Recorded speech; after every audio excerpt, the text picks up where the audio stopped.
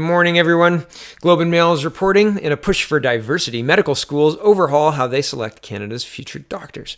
Have you ever used a food bank? Were you raised by a single parent? What was your family income in the second decade of your life? And how should the answers to those questions influence who gets into medical school? Medical schools used to say their job was to find the best and the brightest, but the selection method based on grade point averages, the Medical College Administration Test, MCAT, and face-to-face interview has resulted in classes that fall short of some universities' goals for racial and socioeconomic diversity. Forced diversity. Back to the article. Now, some schools are asking if the process is truly fair, and if not, how it ought to change. Across Canada, medical schools are taking steps to shape incoming classes by offering advantages to applicants from certain demographic groups.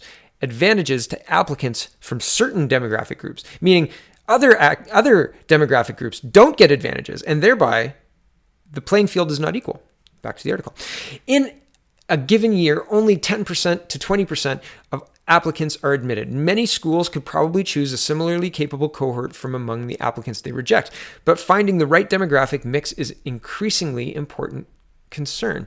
Medical schools in Canada exercise overwhelming influence over admission to the profession. About 75% of physicians in this country are Canadian graduates, so the process by which admission decisions are made is crucial not only to the applicants, but to a society as a whole. So, hold on, 75% of physicians are Canadian graduates. What are the other 25%? Are American doctors coming here? Where are the other 25% of doctors coming from? That's just a question that pops into my head when I read this. Okay, back to the article. So as the process by which admissions decisions are made is crucial not only to the applicant, but to society as a whole. They shape the future of healthcare for, 75%. The future of healthcare, right? At the University of Manitoba, the admissions committee studied years of data and found a pretty clear pattern. Wealthy white students from big cities were more likely to be interviewed and more likely to get in. Partly because of built-in advantages. Partly. I wonder how much partly. 10%, 20%, 50%? Is the fact that there are a lot of white people in Canada, as Canada is, used to be a majority white country. Could that be playing into this fact that the majority of white students from big cities? Because there are a lot of them in big cities? Because, right? Because demographics and population? What? You're born white and sorry, partly because of built-in advantages, you now have to have all of these other modifiers to get into medical school. This is insanity. This is crazy. Okay, back to the article. As undergrads, they don't have to work part-time to pay for school. They're able to pay for MCAT prep courses, and in interviews, they can cite an impressive range of travel and volunteer experiences. The result is that a public university system seems to ensure the opportunity for the already fortunate. Bruce Martin of the U of M's Dean of Admission set out to tinker with the crucial first stage of the admission process so that more applicants from different backgrounds got through. He knew he could do so by systemically boosting scores based on certain attributes or experiences. But which attributes to target? Oh my goodness. He convened a panel of people from outside the university with experience in race relations and alleviating poverty and asked them to consider how the medical school could diversify its student body. They decided to add a section to the application that would elicit the information they sought. They came up with more than 30 questions, many of them deeply personal and revealing, including factors such as visible minority status, sexual orientation, involvement with the child welfare system, and living with family members who suffer from addiction. The committee then ranked each question based on the perceived level of disadvantages suffered by the applicant. Should having a family member with a disability be a greater consideration than whether your parents graduated from university or having a child welfare file? The numerical values assigned to each answer are combined to create an arithmetic modifier meant to reflect the degree to which the applicant's background would put them at a disadvantage in the application. Dr. Martin said, it turns out that a history of substance abuse moved the needle more than being a visible minority, while needing students' aid rated well below using a food bank. Interesting. The goal was relatively modest, a 5% increase in the number of medical students with diversity attributes. Quote, we didn't want to have a quota system, but we want to increase the number of diverse individuals on an incremental basis. A quota system by another name? Back to the article. Other schools have set a similar goal, but have taken a different approach. The University of Saskatchewan, for example, now reserves 6 of its 100 seats for applicants whose family can earn less than $80,000 a year. At the University of Toronto, a special stream has been created for Black applicants. At Dalhousie University in Halifax, the medical school says it recognizes that affirmative action is required to increase admissions of African Nova Scotians and Indigenous people. And at the University of Calgary, applicants from underrepresented groups are asked to, quote, highlight their background and experiences. Many schools have the same goals as the University of Manitoba, Dr. Martin said, but are not as transparent about how they aim to achieve a diverse incoming class.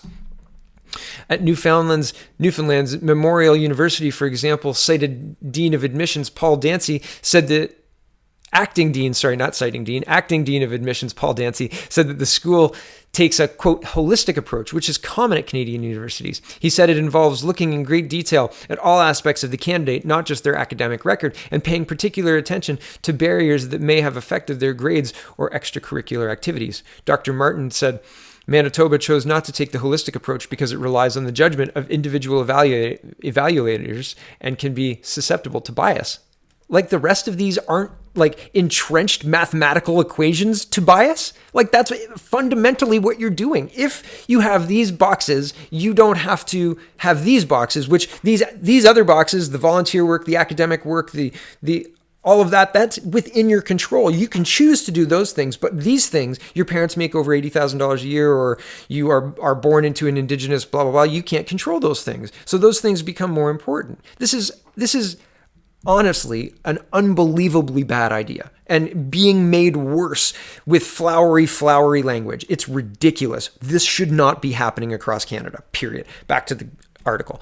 The drive to consider racial and socioeconomic equality in admissions is also leading major changes in the U.S. college system. The College Board now includes what's being called an advisory score in SAT test results based on demographic factors such as crime and poverty levels in a student's neighborhood and school district. The board said it could no longer ignore the extent to which differences in wealth and race were reflected in test scores, which are very influential in the admission process.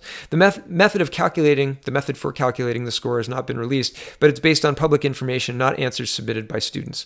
For students, the application process remains slightly mysterious to prevent someone from gaming the system. Yes, we've got these rules, and there's mathematical modifiers whereby if you tell us that you've been affected in some way by somebody else, you get points, and those points reduce the need for you to be a high achiever in certain areas like academics or volunteering or whatever else. Unbelievable. And keep it mysterious, so you don't know for sure what to work on. Just, work on something and give us a good story. I scroll down because there's a whole big part of the article I'm just refusing to read. It's ridiculous. Back to the article. At the White Coat ceremony, where new medical students are welcomed and take the Hippocratic Oath of the U of M's Dean of Faculty of Medicine, Brian Posel said the school was proud of the diversity of Miss Bacardi's class. Sorry, if I got that wrong. More than half are women, 10% are Indigenous, 20% are from rural areas, and 50% are from families with income of less than $75,000. Miss Bakhtari said she believes the diversity of her class is valuable for two reasons. Diverse groups have been shown to be more innovative, and physicians should reflect the populations they serve. Manitoba's diversity initiatives started more than 30 years ago with attempts to get more Indigenous people into medicine. About a decade ago, the medical school also began to see rural candidates as particularly desirable. Canada was facing a staffing crisis in rural and remote hospitals and medical offices, and researchers began trying to identify what made a medical student more likely to stay and practice in a rural area. A key factor was having grown up in a small town or farming community. That's when Manitoba began using an arithmetic modifier to place students with a rural background at an advantage. The university was following a path laid out by the Northern Ontario School of Medicine, NOSM, which opened in 2005 with a mandate to turn out doctors for the region, and made no bones about giving priority to students with a rural or remote upbringing. Roger Strasser, until recently the Dean and Chief Executive Officer of the NOSM, said his program gets about 2,000 applicants a year. It whittles those down to 320 who are invited for interviews based on a three-pronged score comprising of a grade point average, a personal statement, and what's called a consent score context score derived from answers about a person's background and upbringing. The algorithm for deriving the context score is confidential. Dr. Strasser said, but he was transparent about its key implication. You can't know what's in it, but here's what it's for. Quote, applicants who've grown up in Northern Ontario or other remote, rural, or Indigenous or Francophone settings, they get the highest score. The people who are not Indigenous or Francophone or come from big cities like Toronto get the lowest score, Dr. Strasser said. 92% of NOSM students have grown up in Northern Ontario, and the other 8% are from rural and remote parts of the rest of Canada. About 2% of the applicants are Indigenous, but in the past few years, the selection system has been tweaked to increase the number of successful Indigenous applicants, including giving them training to succeed in the interview process. The class went from about 7% Indigenous over the school's first decade to about 12% for the past 3 years, Dr. Strasser said. He said one of the biggest challenges as a dean is the criticism from families in Toronto who believe their children are excluded from his school. My response is, if you look at the numbers, this is just the reverse of the way it is for people from Northern Ontario applying to med school in Toronto or the other big cities. So in a sense, you could say it's true. There is, let's call it, a bias. But what we're doing is just countering the bias that's built into the admissions process of other medical schools. Really, you guys are all so biased that I have to fix your bias with my bias. Ha, says Dr. Strasser. What? Okay. The applicants selected under Manitoba's diversity initiative all meet the school's admission criteria, but they may not otherwise have reached the top of the admissions heap. The flip side, however, is that some people who've worked hard and achieved a great deal won't get in, Dr. Martin said. That's difficult for some to reconcile. Even his own colleagues, worried about their children's prospects, have cornered him on this matter. The conversations were uncomfortable, he said. We in medicine have generally been white, socioeconomically advantaged, and male, and that's not who we serve, he said. It's my mission to pick people who are suited to the profession and can meet the needs of the population. I only read these last two lines because these last two lines imply that white, socioeconomically advantaged men can't possibly serve the needs of the population. That's what that implies. And I just thought that was so crazy. This is crazy. This is completely round the bend. We want qualified people in medical school. We want people who are the best in medical school. And yes, we want to make people able to achieve, but sometimes people don't want to go into that profession. And sometimes it doesn't matter what the carrot is. If you don't want to do it, it's not going to fulfill you. So, I mean, there's so many arguments here, but fundamentally, I just disagree with all of these arithmetic modifiers. Here's another reason or another opinion on affirmative action. This is from the Federalist, so take it with a grain of salt. But they say, affirmative action was originally created to provide equal opportunity for all qualified persons. It has been reduced nowadays to a mere vehicle toward greater diversity on superficial levels at the sacrifice of other principles that made America a great nation, including equality and fairness for all. Affirmative action has evolved into a great irony in American life. To strengthen some groups' ability for social mobility, other groups have to yield, stop, or be run over. In college admissions, affirmative action practices have created reverse discrimination for white Americans and blatant racism against Asian Americans. So that's their opinion. You can have a read. The link is in the description. Here is the last piece for today. Here's Brad Trost. He's a Conservative Party MP, and he says, I recently commented on the CBC News Drag Kids documentary with the following: any sort of sexualizing of children is not a good thing, not for the broader society and definitely not for the children involved. Kids should not be exploited by adults. And to which Mr. Amir Attaran took offense, I suppose, and he says, conservatives are prudes. Like it or not, kids become sexual. It's called puberty. CBC giving them an artistic outlet to have fun with. Fun with it safely is a pretty great thing. Or shall we prefer the Brett Kavanaugh way of doing sexuality? Now, if you remember, Brett Kavanaugh was accused of rape 30 years after it happened by an absolute circus. He's trying to conflate. Well, I mean, he's just trying to draw that into this, but it's a really weak argument, and he doesn't make a good argument at all. Because here's the documentary that is being linked. Sorry, the tab went to sleep on me. Here's the documentary. It says the Globe and Mail CBC documentary Drag Kids celebrates self-expression, but not everyone's on board. Here's the picture of a 9-year-old male drag performer. Okay, just keep that in your mind as we go through the next ones here. The conservatives, back to Amir Attaran, he says the conservatives are really going ape over this tweet and kids doing drag for fun. Stupid, because drag is not sex. Even ever seen little boys play with their sister's clothes or vice versa? That's not sex. Although if you're a scared person, you might think it is. Now, Mr. Attaran, I'll tell you, I think there's a difference between cross-dressing and the age at which cross-dressing happens, 5, 6, 7, 8, 9, the age at which that happens. There's a big difference between putting on your mother's dress and putting on a leotard and dancing around in drag for men. For presumably, drag queens are different than cross-dressers. Drag queens are adult entertainment, dancing for men in a sexualized manner. And you are purposely ignoring that. And that is sex. It is sex. And if you don't understand that and you teach law at the University of Ottawa, I've got to say, I won't be sending my kids there. Yeah, that's a big deal. Okay, back to him. Amir Attaran says, what's far worse on TV is violence. It's grossly obscene to watch a shoot-'em-up show where people die brutally every few minutes than to watch kids playing with cross-dressing. You don't hear many conservatives howling about kids seeing staged violent death, though.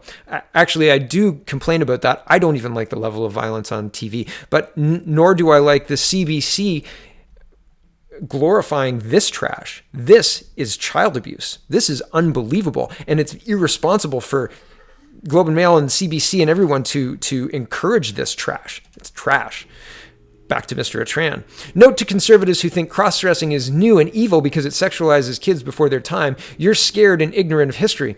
Victorian boys often wore dresses, yet pedophiles did not rain from the sky. Here's President Franklin D. Roosevelt. Let's compare the pictures, everyone. There's Mr. President Roosevelt at 2 years old. Here is drag kid Nemes, 9, performing on stage as Queen Latisha. Yeah. Is there a difference? Can you see a difference? Is there some sexualization there that maybe isn't here? I'm just suggesting. I don't know. Here's the last one. And for all you conservatives out there pretending to own the moral high ground or protecting youth from sexual exploitation, I have 4 words for you. Conservative Senator Don Meredith. And Don Meredith, well, had nothing to do with drag kids or anything like else. Anything like that or anything close to the other 4 tweets that were being spoken about. What the senator did was terrible. It says the senator who had sex with a teen girl cost taxpayers $600,000. But it has absolutely nothing to do with the rest of your argument. Absolutely nothing. And here's the thing, Mr. Attaran. You can't defend your argument. Your argument is basically poorly conflating drag kids with cross-dressing and saying it's normal and then showing a picture of a former president in a dress. Okay, fine. Maybe that happened, but those things are very, very different than a conservative senator taking advantage of a teenager. Very, very different. This is inappropriate. And anybody with a brain should be able to see that this is inappropriate and shouldn't be advertised the way it's being advertised and pushed to our children. It is dangerous and inappropriate. And, well, the fact that you're defending this and the fact that you're trying to shame conservatives for saying that it's inappropriate is really concerning. The public discord on this, and you don't have the final word. You don't get that because all you're doing is trying to stir the pot. That's clear. You're a bad troll at this point in time. And I think you probably like the attention. But all of that said, you don't make a good argument. Your argument is lazy and poorly thought out and easily sunk. So I'd say try again, but don't bother. I'm just going to ignore you. Thanks for watching. Check out the peoplespartyofcanada.ca and have a wonderful, wonderful day.